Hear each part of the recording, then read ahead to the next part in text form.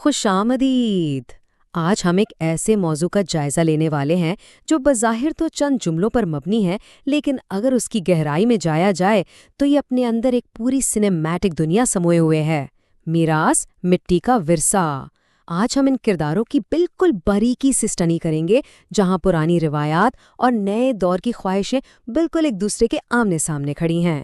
تو چلے بغیر کسی دیری کے اس کو شروع کرتے ہیں۔ چلے سب سے پہلے اس لفظ میراث کو ہی لے لیتے ہیں۔ عام طور پر جب بھی ہم میراث یا وراثت کی بات سنتے ہیں نا، تو فوراً ذہن میں بینک بیلنس، جائیداد یا زمین کا خیال آتا ہے، لیکن اصل میں یہاں کہانی بالکل مختلف ہے۔ یہ کوئی مادی دولت نہیں ہے، در حقیقت یہ ایک پورا لائف سٹائل ہے، ایک ایسا فرض جو نسل در نسل اس مٹی کے ساتھ باندھ دیا جاتا ہے۔ زراعت یا کھیتی باڑی صرف پیسے کمانے کا ذریعہ نہیں ہے، بلکہ یہ ایک کسان کی پہچان ہوتی ہے۔ یہ ورثہ تب تک ہی زندہ رہتا ہے جب تک کوئی اس مٹی میں اپنا پسینہ بہانے کے لیے تیار ہو۔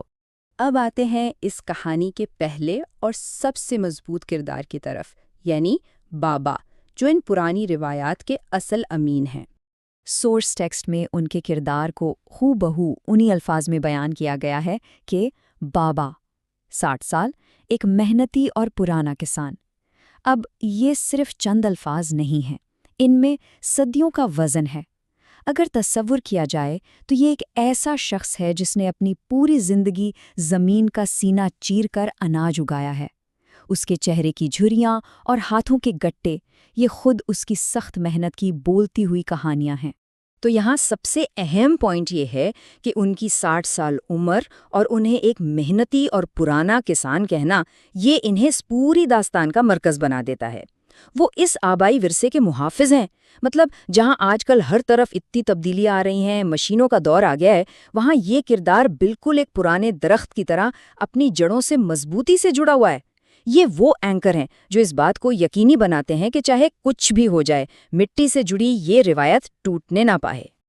اب رخ کرتے ہیں کہانی کے دوسرے پہلو کی طرف، بیٹا جو جدید دور اور نئے خوابوں کا خواہش مند ہے۔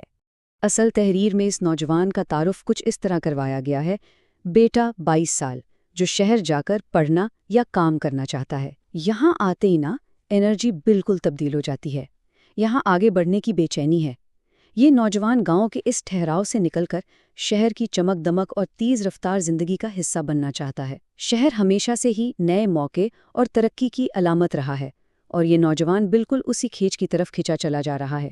22 سال کی یہ عمر صرف ایک نمبر نہیں